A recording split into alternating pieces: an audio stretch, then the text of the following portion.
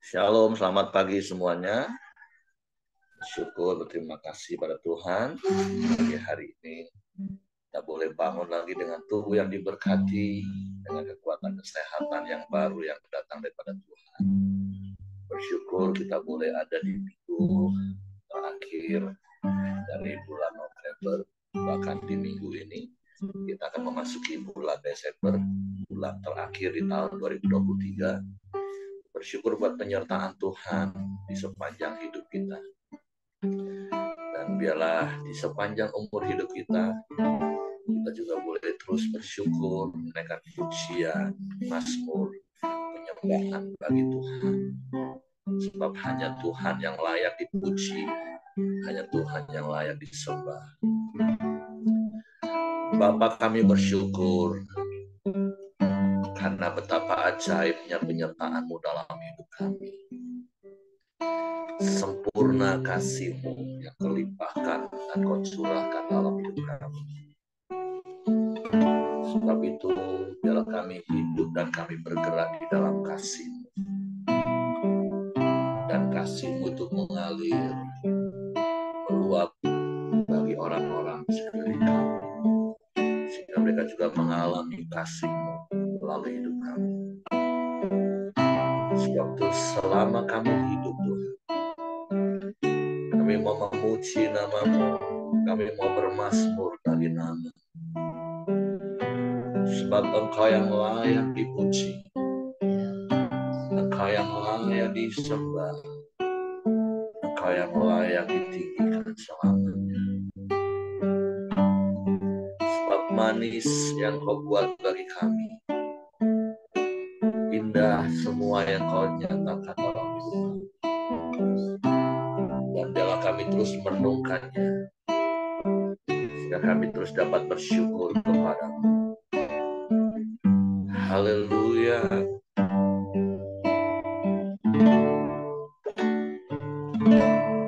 Ya Tuhanku,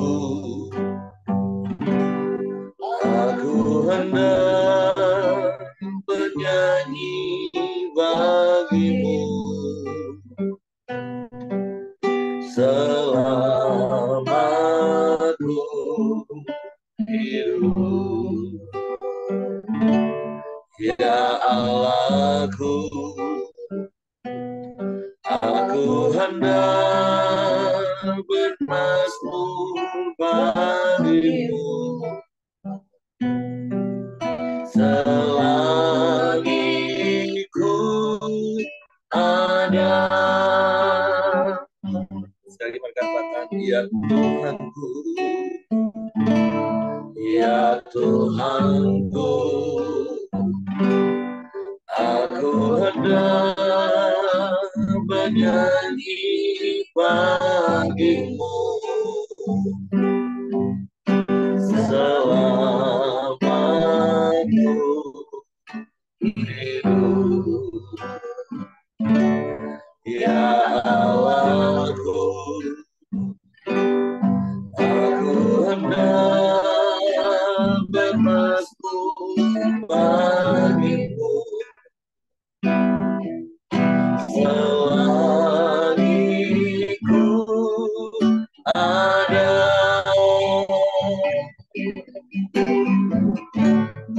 Inilah yang ku renungkan setiap waktu.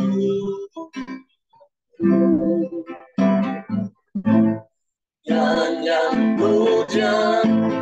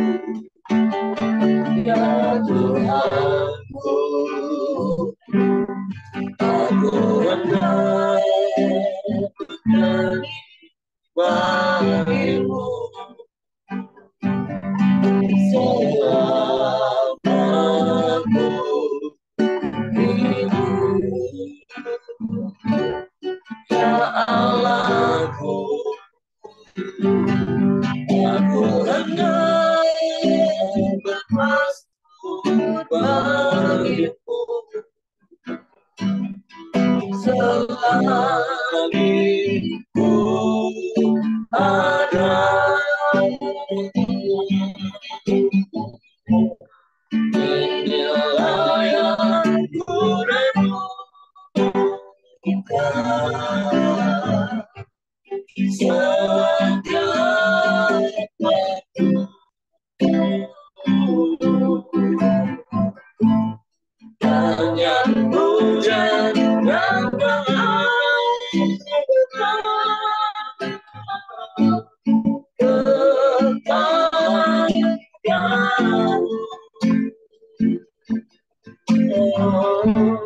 dalam barisan dengan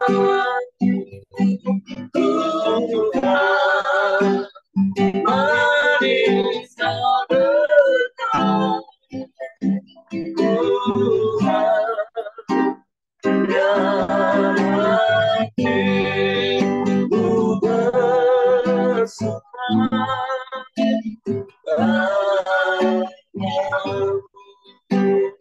Inilah yang kami lakukan. Inilah yang ku renungkan setiap waktu.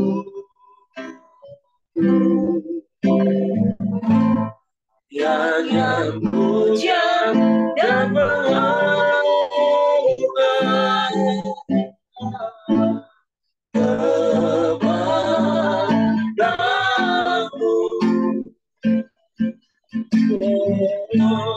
dalam barisan dengan Tuhan, barisan dengan Tuhan, biar hatiku bersuka.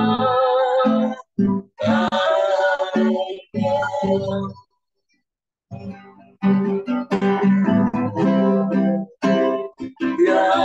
hatiku bersuka. Biar hatiku bersuka. Biar hatiku bersuka.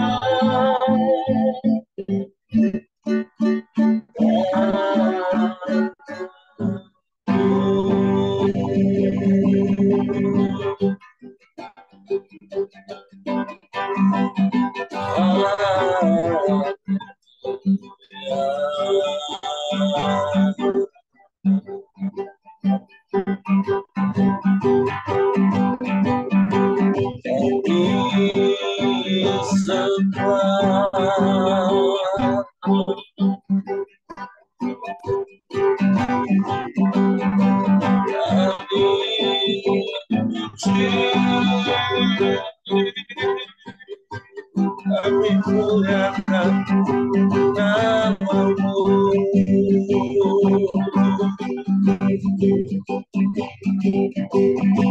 Kami bermasmur bagi namamu.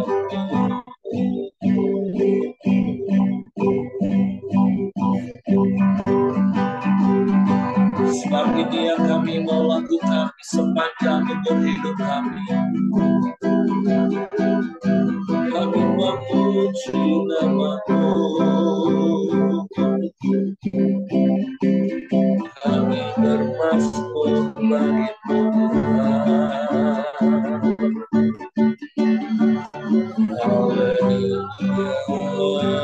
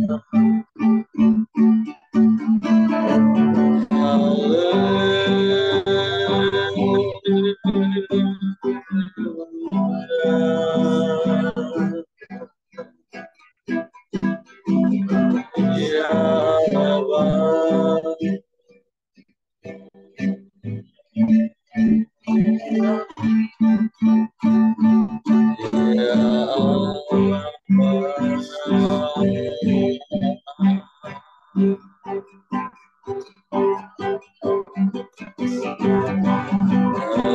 sembah,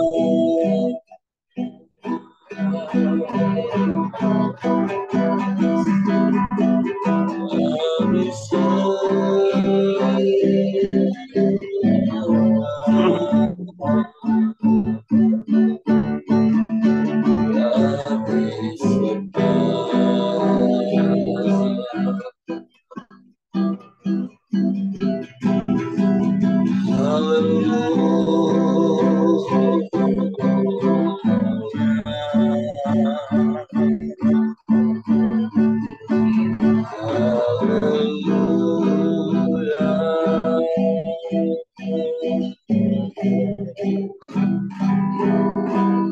ajaib Kau Tuhan,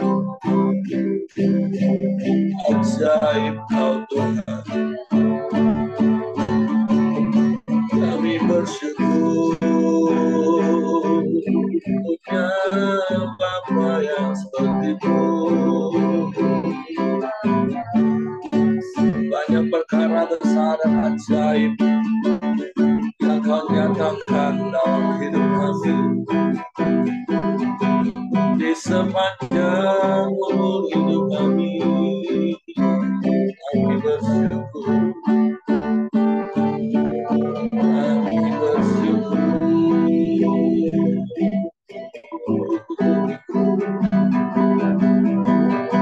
Kami sembah.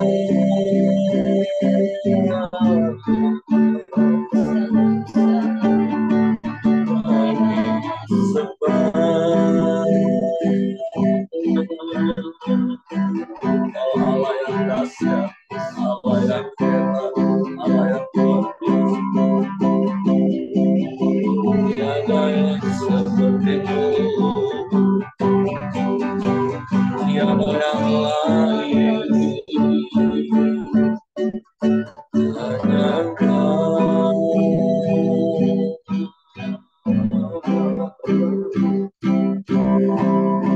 Kami puji, kami sembah, kami tinggikan nama-Mu, Yesus Tuhan. Haleluya.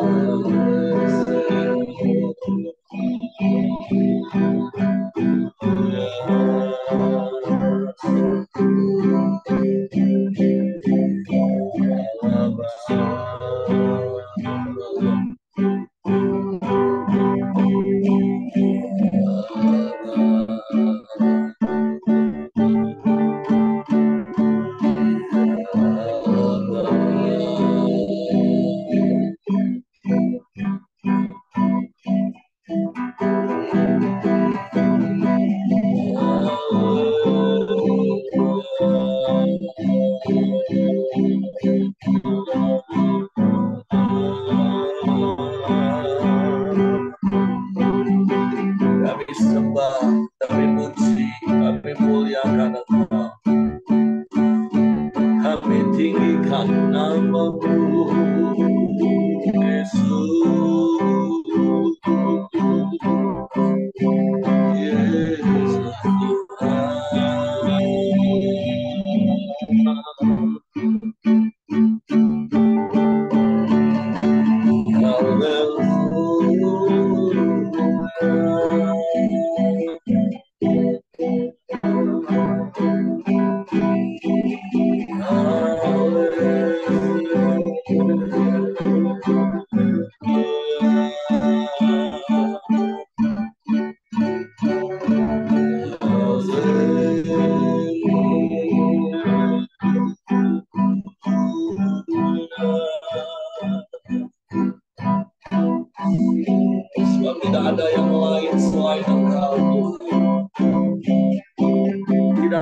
sama seperti-Mu. Engkaulah satu-satunya Allah. Engkau Allah di atas segala Allah. Engkau Tuhan di atas segala Tuhan. Engkau Raja di atas segala Raja. Engkau yang berdaulat dan yang berkuasa dalam hidup kami. Engkau yang berkuasa dan berdaulat atas semesta. Engkau Allah yang maha kuasa. Engkau Allah yang maha besar. Engkau yang sanggup melakukan segala perkara. Tiada yang mustahil bagimu. Tiada yang sukar bagimu. Sebab itu kami aman di dalam-Mu. Sebab Engkaulah penolong bagi kami. Allah yang ajaib, Allah yang dahsyat, Allah yang hebat, Allah yang luar biasa.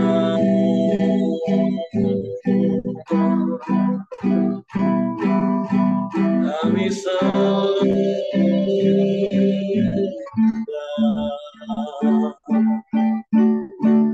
kami sembah.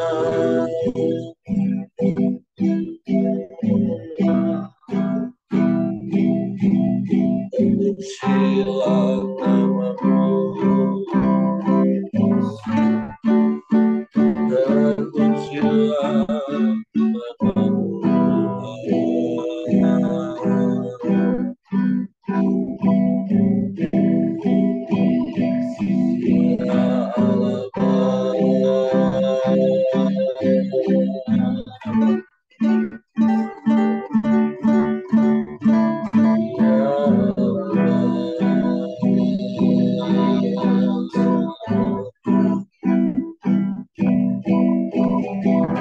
Ya Allah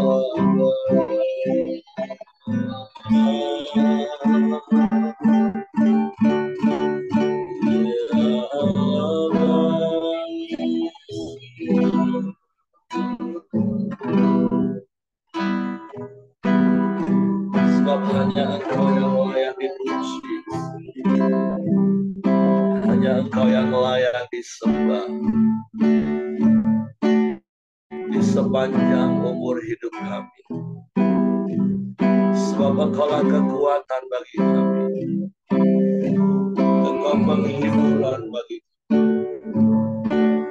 Engkau jawaban bagi kami, Engkau pertolongan bagi kami, Engkau segalanya bagi kami.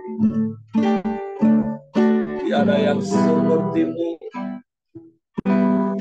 Sebab kami mau terus tinggal di dalam-Mu dan firman-Mu di dalam kami, Tuhan. Sebab Engkau Allah yang ajaib, Allah yang sempurna, Allah yang mulia dalam segala rancangan-Mu, di dalam setiap perbuatan-Mu dalam hidup kami. Kami bersyukur, Tuhan.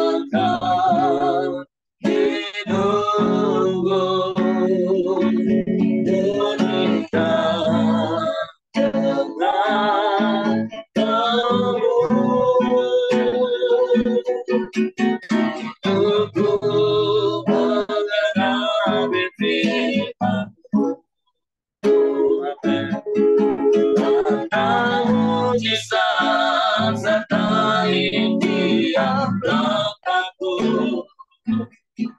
Kau bersamaku di dalamku, jadi bukti kebesaranku.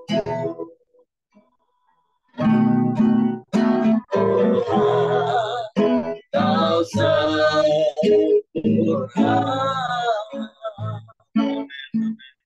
dalam rencanamu dan karyamu.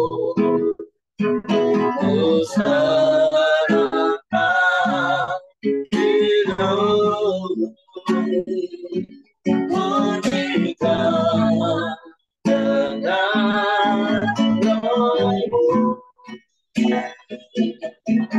Hidupku mengenangi firman-Mu. Tanda mujizat sertai tiap langkahku. Kau bersamaku di dalamku, jadi bukti kebesaranku. Ya, hidupku mengenai firman-Mu. Tanda mujizat sertai tiap langkahku. Kau bersamaku di dalamku, jadi bukti kebesaranmu. Kau bersamaku di dalamku, jadi bukti kebesaranmu.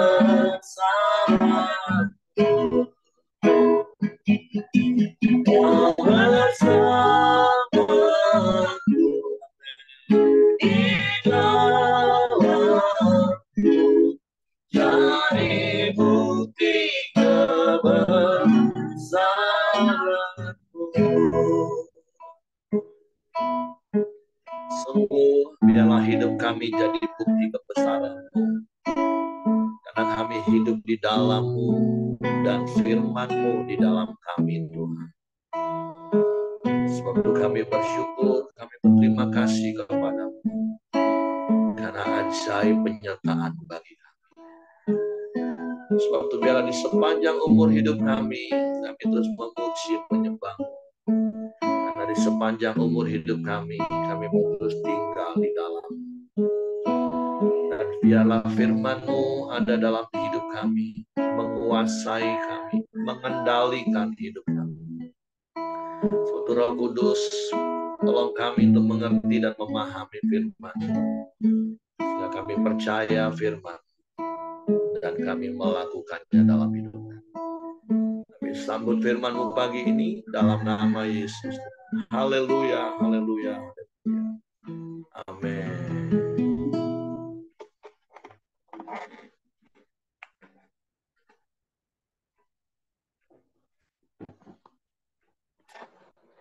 Oke, shalom, selamat pagi semuanya. Bersyukur, berterima kasih pada Tuhan. Pagi hari ini kita sudah masuk di dalam kitab 2 Samuel, pasalnya yang ke-5. Ini sebuah kisah di mana pada akhirnya Daud bukan saja menjadi raja atas suku Yehuda, tetapi atas seluruh bangsa Israel. Dan firman Tuhan mencatat Daud memerintah itu mulai umur 30 tahun. Dan tentu memang secara detail kita tidak tahu umur berapa Daud diurapi. Tapi kemungkinan besar pada waktu dia masih berusia belasan tahun. Karena pada waktu itu firman Tuhan mencatat mukanya masih kemerah-merahan masih ya seperti kanak-kanak, seperti anak-anak, bahkan dia belum terlibat di dalam peperangan seperti abang-abangnya, tapi dia hanya mengembalakan kambing domba 2-3 ekor di padang yang bapaknya percayakan. Dan berarti itu ada rentang waktu belasan tahun juga Daud hidup di dalam keadaan sulit tentunya, karena melewati masa-masa di mana dia harus dikejar-kejar oleh Saul. Tapi itulah sebuah proses perjalanan hidup yang justru menggembleng dan mempersiapkan Daud. Sama kalau pernah kita baca kisah tentang Yusuf, ketika dia juga berumur 17 tahun, dan kemudian selama 13 tahun kemudian dia juga mengalami banyak proses, sampai pada akhirnya ketika dia berumur 30 tahun, dia menjadi Perdana Menteri di Mesir. Jadi sekali lagi, hal yang pertama yang bisa kita ingat dan terus kita belajar, bahwa hidup ini bukan bicara tentang hasil, tetapi proses. Tentu ada begitu banyak orang merindukan sebuah hasil yang gilang gemilang, tapi tentu sebuah hasil yang gilang gemilang itu tidak akan pernah dicapai ketika kita tidak mau menjalani proses. Dan saya mau beritahu, setiap kita pasti akan menjalani yang namanya proses. Tetapi tinggal respon kita, daya tahan kita, daya juang kita ketika kita menjalani proses, itu akan menentukan apakah kita akan mencapai hasil yang gilang gemilang. Dan tentu kalau secara keseluruhan hidup kita, ya sepanjang umur hidup kita lah kita harus mengalami proses demi proses. Seperti sebuah sekolah kehidupan. Yang pernah saya katakan, ada waktunya kita harus belajar, ada waktunya kita harus mengalami yang namanya ujian, tapi tentu setelah ujian ada yang namanya liburan. Itulah sebuah rotasi kehidupan yang terus berputar dalam hidup kita. Oleh sebab itu, betapa pentingnya kita terus bergantung, berharap, dan percaya kepada Tuhan, mengandalkan Tuhan, tinggal di dalam Tuhan. Karena kekuatan yang berlimpah-limpah itu datangnya dari Tuhan. Sehingga ketika dalam keadaan sulit, kita tetap bertahan. Bahkan di dalam keadaan ketika kita baik-baik saja, bahkan sangat baik, kita juga tidak menjadi sombong. Tapi kita juga boleh tetap bersyukur dan menjadi pribadi yang berkenan kepada Tuhan. Nah, saya akan bacakan ada beberapa perikop di 2 Samuel pasal yang kelima ini. Yang pertama yaitu Daud menjadi raja atas seluruh Israel. Lalu datanglah segala suku Israel kepada Daud di Hebron dan berkata, ketahuilah kami ini darah dagingmu, telah lama ketika Saul memerintah atas kami, engkaulah yang memimpin segala gerakan orang Israel. Dan Tuhan telah berfirman kepadamu, engkaulah yang harus menggembalakan umatku Israel, dan engkaulah yang menjadi raja atas Israel. Maka datanglah semua tua-tua Israel menghadap raja di Hebron. Lalu Raja Daud mengadakan perjanjian dengan mereka di Hebron di hadapan Tuhan. Kemudian mereka mengurapi Daud menjadi raja atas Israel. Daud berumur 30 tahun pada waktu ia menjadi raja. 40 tahun lamanya ia memerintah. Di Hebron ia memerintah atas Yehuda 7 tahun 6 bulan. Dan di Yerusalem ia memerintah 33 tahun atas seluruh Israel dan Yehuda. Jadi di perikop pertama ini kita tahu pada akhirnya Daud memerintah bukan saja atas suku Yehuda sekali lagi, tetapi atas seluruh Israel.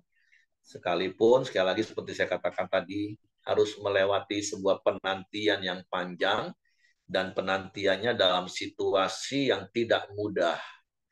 Jadi sekali lagi hal yang pertama yang harus kita pegang teguh, teruslah berharap kepada Tuhan, teruslah tinggal di dalam Tuhan, dan teruslah firman Tuhan di dalam kita, Karena hanya firman Tuhanlah akan memampukan kita bertahan ketika menghadapi situasi sulit. Firman Tuhanlah yang akan menerangi langkah kita ketika kita harus berjalan. Firman Tuhanlah akan mengingatkan kita untuk tidak sombong dan tinggi hati ketika kita sudah ada dalam kondisi baik-baik saja. Jadi itu pembelajaran yang pertama. Belajar dari hidup Daud, kita berharap pada Tuhan, bergantung pada Tuhan, tinggal di dalam Tuhan, berjalan bersama Tuhan, melewati proses kehidupan. Perikop yang kedua, Daud merebut Yerusalem dan menetap di sana. Lalu raja dengan orang-orangnya pergi ke Yerusalem, menyerang orang Yebus, penduduk negeri itu. Mereka itu berkata kepada Daud, engkau tidak sanggup masuk kemari. Orang-orang buta dan orang-orang timpang akan mengenyahkan engkau. Maksud mereka, Daud tidak sanggup masuk kemari. Tetapi Daud merebut kubu pertahanan Sion, yaitu kota Daud. Daud telah berkata pada waktu itu, siapa yang hendak memukul kepala orang Yebus, haruslah ia masuk melalui saluran air itu.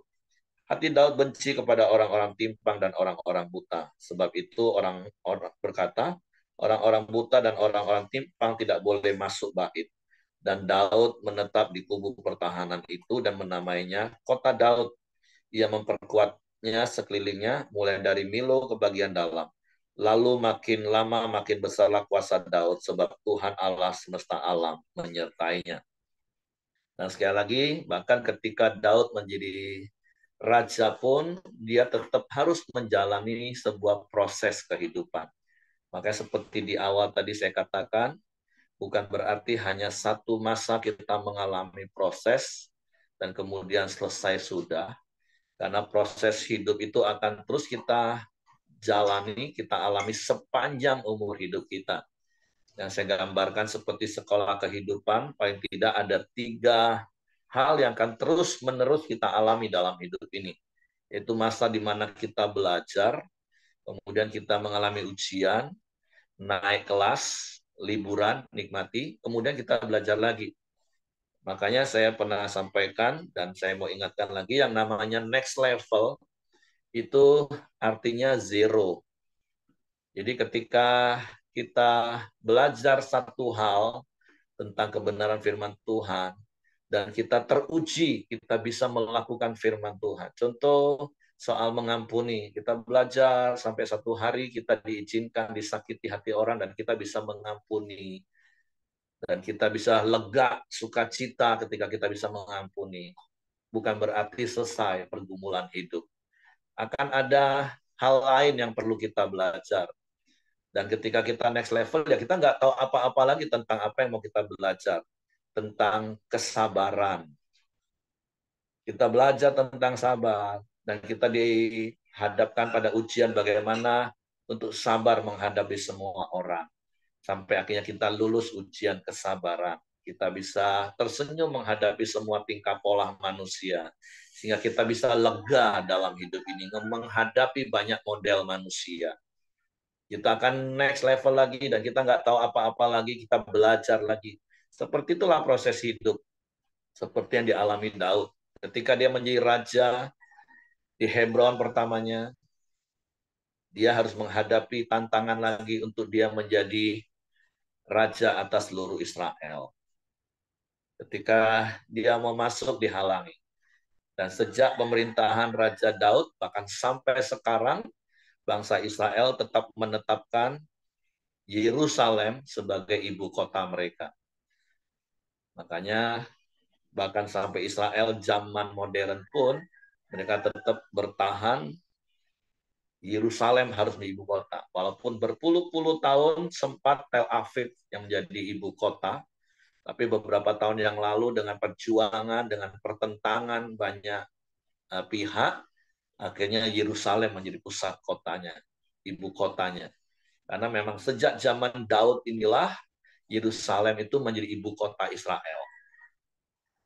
Jadi yang kedua, yang namanya sekolah kehidupan itu nggak akan pernah berhenti hanya satu kali proses. Tapi sepanjang umur hidup kita, rotasinya akan tetap sama. Belajar, ujian, liburan. Setelah liburan, belajar lagi, ujian lagi, liburan lagi. Artinya saya mau katakan ketika kita next level dan kita mau belajar dengan rendah hati dan taat melakukan firman Tuhan, dan kita teruji lulus melakukan firman Tuhan, maka percayalah hidup kita akan menjadi lega seperti orang liburan, Bapak Ibu. Jadi coba renungkan hidup kita, apakah kita mengalami banyak kelegaan. Ketika disakiti hati orang, kita sudah lulus bisa mengampuni, kita bisa lega hidup ini. Nggak hidup dalam kepahitan, nggak hidup dalam sakit hati. Ketika kita lulus menjadi orang yang sabar, kita akan lega menghadapi semua model manusia dengan tingkah polanya yang beraneka macam ragam, karena kita sudah lulus. Ketika kita lulus, karena kita belajar jujur, dan kita teruji menjadi orang jujur, kita akan lega hidup tanpa tuduhan apapun. Kita bisa hidup apa adanya. Itulah seharusnya hidup yang harus kita jalani. Jadi kalau hari ini Bapak Ibu masih merasa terus ujian, terus nggak lulus-lulus, jangan-jangan Bapak Ibu belajarnya kurang sungguh-sungguh, kurang taat, dan kurang tekun, dan kurang lemah lembut. Jadi mari milikilah hati yang lemah lembut, taat, apa yang kita terima dari Tuhan, lakukan saja sederhana. Sehingga engkau akan mengalami kelegaan-kelegaan dalam hidup ini. Engkau belajar menjadi orang yang semakin bijak, sehingga menghadapi jebakan, menghadapi perangkap, engkau bisa tahu mengambil keputusan yang tepat, sehingga kita mengalami kelegaan, karena tidak selalu tertipu dan terjerat dengan berbagai macam persoalan hidup. Jadi sekali lagi ada begitu banyak hal yang perlu kita belajar dalam hidup ini. Dan kata kuncinya adalah taat, rendah hati, lemah lembut, andalkan Tuhan, Bapak Ibu. Perikop berikutnya, Daud merebut Yerusalem dan menetap di sana. Lalu raja dengan orang-orangnya pergi ke Yerusalem, menyerang orang Yebus penduduk negeri itu. Mereka itu berkata kepada Daud, sudah nih ya.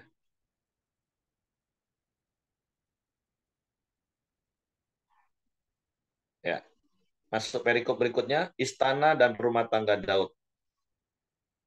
Hiram, raja negeri Tirus, mengirim putusan kepada Daud, dan kayu alas, tukang-tukang kayu, dan tukang-tukang batu, mereka mendirikan istana bagi Daud. Lalu taulah Daud bahwa Tuhan telah menegakkan dia sebagai raja atas Israel, dan telah mengangkat martabat pemerintahannya oleh karena Israel umatnya. Daud mengambil lagi beberapa gundik dan istri dari Yerusalem setelah ia datang dari Hebron, dan bagi Daud masih lahir lagi anak-anak lelaki dan perempuan. Inilah nama anak yang lahir bagi dia di Yerusalem: Syamua, Sobab, Nathan, Salomo, Yibhar, Elisua, Nefek, Yafia, Elisama, Eliada, dan Elifelet. Nah, tentu seperti yang berkali-kali saya katakan, kalau kita membaca perjanjian lama, ada dua hal yang perlu kita perhatikan. Yang baik kita contoh, dan yang tidak baik itu jadi peringatan. Tentu dalam hal ini, ya bapak-bapak khususnya nggak usah dicontoh ya. Ini Daud akhirnya tambah lagi gundik, tambah lagi istri. Nah, ini nggak boleh dicontoh. Ini harus jadi peringatan. Karena kita tahu akhirnya ketika ada begitu banyak wanita yang di sekeliling Daud, akhirnya berikutnya kita tahu bagaimana anak-anak dia bisa saling kudeta, bisa saling berebut, bisa saling menyakiti satu dengan yang lain. Jadi tapi pertanyaan kan banyak orang gini, Pak, tapi kan itu Alkitab tulis. Iya, makanya baca Alkitab itu jangan comot-comot ayat untuk suka-suka untuk melegalkan tindakan kita yang salah. Karena kalau bicara soal pernikahan, jelas firman Tuhan bilang apa? Sejak semula tidaklah demikian. Artinya sejak semula Tuhan itu hanya menetapkan seorang laki-laki akan meninggalkan ayahnya dan ibunya dan bersatu dengan istrinya. Titik. Itu sejak dari Kejadian, bahkan sampai di Matius, Yesus katakan, apa yang dipersatukan Allah nggak boleh diceraikan. Itu sejak semula. Dari semula itu, itulah ketetapan Allah. Monogami, bukan poligami. Tapi kenapa akhirnya banyak tokoh-tokoh Alkitab melakukan poligami? Itu tadi, karena terkontaminasi melihat bangsa-bangsa di sekeliling mereka. Dan tentu kita selalu akan melihat akibat dari poligami itu banyak muncul masalah. Mulailah dari yang namanya Abraham, tokoh yang terkenal. Begitu dia poligami, muncullah masalah yang sampai hari ini nggak selesai-selesai. Daud, yang seperti saya katakan tadi, anak-anaknya saling bunuh satu dengan yang lain. Jadi itu peringatan bagi kita. Jadi sekali lagi ada prinsip yang saya mau katakan, jangan main comot ayat firman Tuhan untuk melegalkan tindakan kita. Karena sekali lagi bicara perjanjian lama secara khusus itu ada dua hal. Yang baik kita contoh, yang tidak baik itu menjadi peringatan bagi kita.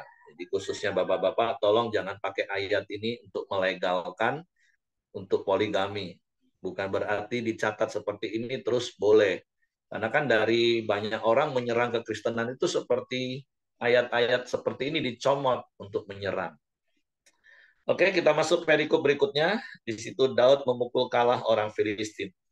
Ketika didengar orang Filistin bahwa Daud telah diurapi menjadi raja atas Israel, maka majulah semua orang Filistin untuk menangkap Daud.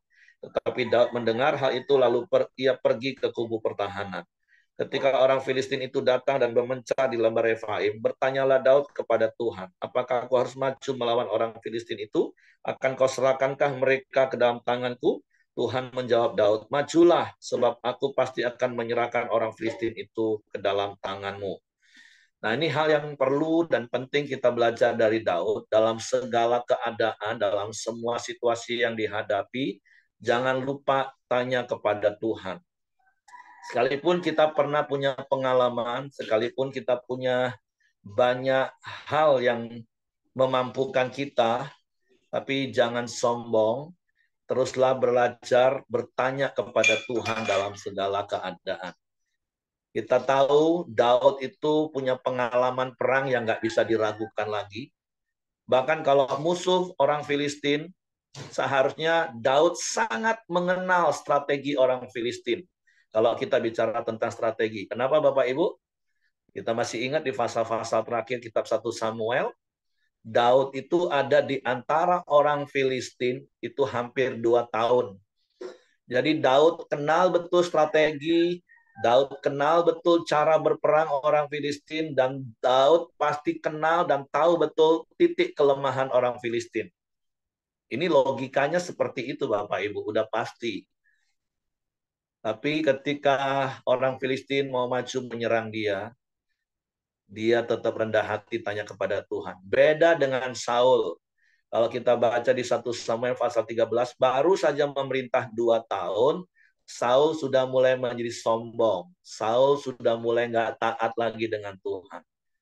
Tapi kita belajar dari Daud, memiliki kerendahan hati, terus bergantung, berharap kepada Tuhan.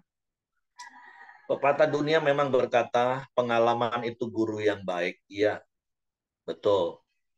Ketika kita punya pengalaman, itu membuat kita akan lebih hati-hati dan waspada. Tapi pengalaman bukan menjadi hal yang perlu kita sombongkan sehingga kita melupakan Tuhan. Karena pengalaman yang kita lewati itu juga ada dalam campur tangan Tuhan. Jadi belajar dari Daud, apapun situasi yang sedang kita alami, bertanyalah kepada Tuhan. Lalu datanglah Daud di Baal Perasim dan memukul mereka kalah di sana. Berkatalah ia, Tuhan telah menerobos musuhku di depanku seperti air menerobos. Sebab itu orang menamakan tempat itu Baal Perasim. Orang Filistin itu meninggalkan berhalanya di sana, lalu Daud dan orang-orang mengangkat. Ketika orang Filistin maju sekali lagi dan memecah di lembah Refaim, maka bertanyalah Daud kepada Tuhan, dan ia menjawab, janganlah maju, tapi buatlah gerakan lingkaran sampai ke belakang mereka, sehingga mereka dapat menyerang mereka, sehingga engkau dapat menyerang mereka dari jurusan pohon-pohon kertau. Dan bila engkau mendengar bunyi derap langkah di puncak pohon-pohon kertau itu, maka haruslah engkau bertindak cepat, sebab pada waktu itu Tuhan telah keluar berperang di depanmu untuk memukul kalah tentara orang Filistin. Dan Daud berbuat demikian, seperti yang diperintahkan Tuhan kepadanya, maka ia memukul kalah orang Filistin, mulai dari Geba sampai dekat Gezer. Jadi hal penting, nasihat penting yang Tuhan mau ingatkan lagi kepada kita, Apapun yang kau hadapi hari ini, jangan lupa bertanya kepada Tuhan. Minta tuntunan hikmat Tuhan. Jangan andalkan pengalamanmu sebagai satu-satunya hal yang menjadi dasar keputusan dan tindakanmu. Tapi tanya kepada Tuhan. Tuhan punya banyak cara. Tuhan punya banyak inovasi. Tuhan punya banyak solusi untuk setiap situasi yang kita hadapi. Walaupun terkadang kita pikir situasinya hampir sama kok Pak, seperti yang dulu pernah aku hadapi, dan dengan cara ini aku bisa selesaikan. Belum tentu Bapak Ibu. Apalagi kita tahu dunia hari-hari ini pergerakannya begitu cepat. Tentu kalau orang bisnis mungkin 30 tahun, 20, 10, 5 tahun yang lalu dengan metode yang kita lakukan bisa menghadapi situasi itu. Tapi di situasi yang sama, di kondisi hari ini, belum tentu dengan hal yang sama kita bisa hadapi. Makanya teruslah berjalan bersama Tuhan. Tuhan yang selalu buka hal-hal baru dalam hidup kita. Karena Tuhanlah yang harus berjalan di depan kita. Dia yang harus membuka setiap langkah jalan hidup kita. Jadi jangan lupa tanya sama Tuhan. Ya, bersyukur, berterima kasih seperti keluarga Kosimon, Caping sampai hari ini terus membangun mesbah, mengandalkan Tuhan, berharap kepada Tuhan. Dan ada beberapa jemaat yang saya tahu seperti itu. Dan saya percaya dalam rumah tangga Bapak Ibu pun, walaupun itu bukan bicara skop yang besar, bisnis yang besar, tapi gaya hidup mengandalkan Tuhan, gaya hidup bertanya kepada Tuhan di dalam setiap langkah, apalagi buat keputusan penting. Itu yang harus kita lakukan, bertanya kepada Tuhan. Oke, itu saja yang saya sampaikan pagi hari ini. Tentu ada banyak hal yang Bapak Ibu bisa kita sama-sama belajar untuk melakukannya. Oke, silakan kalau ada yang mau menambahkan. Kalau tidak, saya silakan kepada Hengki. Ya, mari kita masuk dalam doa kita di pagi hari ini. Bapa yang baik, kami bersyukur kepadamu ya Tuhan. Terima kasih buat pagi hari yang indah. Setiap kami bisa bangun dengan keadaan yang sehat. Dan juga setiap kami bisa terus datang ke hadapan-Mu ya Bapa. Terima kasih buat kebenaran firman-Mu yang di pagi hari ini ya terus mengajarkan kami ya Tuhan. Bahwa kehidupan ini Tuhan terus diproses ya Tuhan. Supaya kami next level ya Bapa.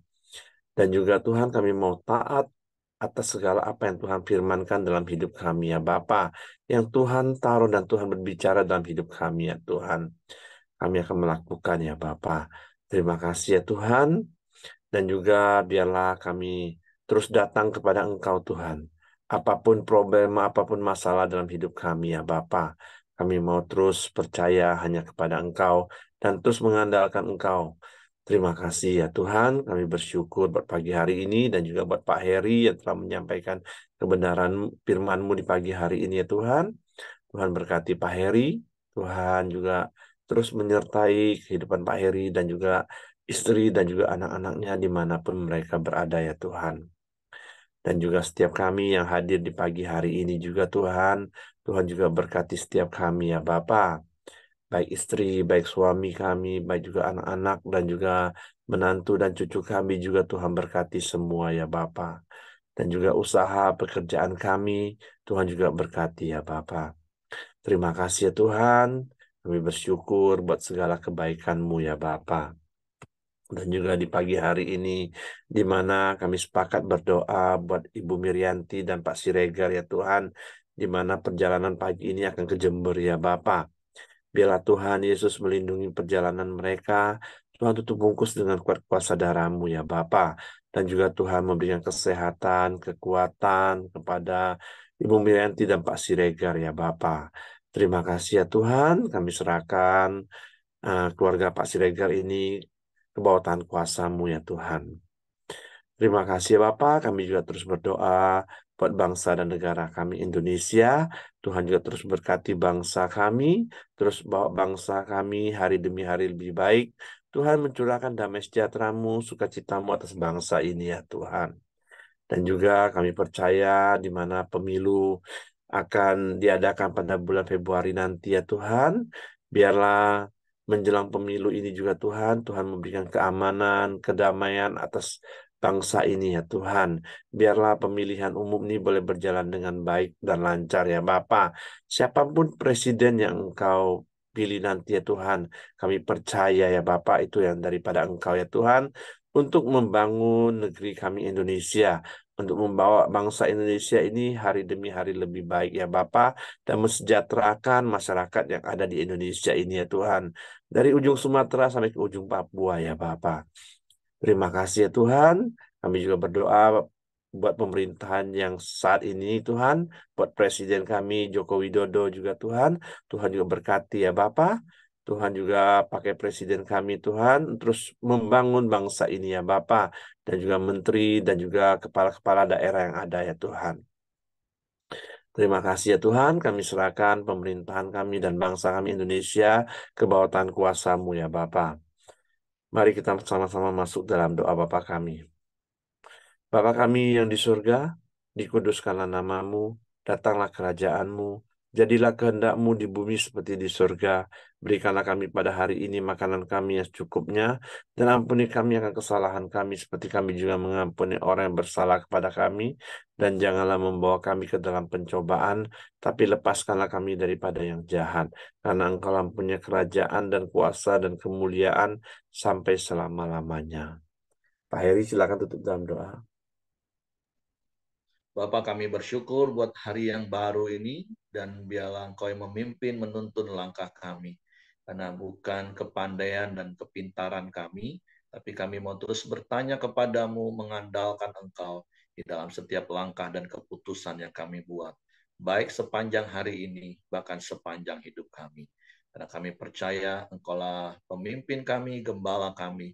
Engkau yang berjalan di depan kami, membuka jalan bagi kami, sehingga kami boleh menikmati hari-hari hidup kami. Bapak, terima kasih. Kami serahkan hidup kami sepanjang hari dalam tangan-Mu. Tutup bungkus kami dengan kuasa darah Yesus. Malaikat menjaga tempat tinggal kami, menyertai keluar masuk kami sepanjang hari ini, sehingga di dalam seluruh aktivitas kami boleh berhasil dan Engkau dipermuliakan. Terpujilah nama-Mu, kiranya kasih karunia Bapa, damai sejahtera dari Yesus Kristus, serta pimpinan persekutuan Allah Roh Kudus menyertai kita sekian mulai hari ini sampai Maranatha. Dia Yesus datang kali yang kedua. Di dalam berkat nama Tuhan Yesus Kristus. Haleluya. Amin. Oke, semangat pagi. Selamat beraktivitas. Tuhan memberkati.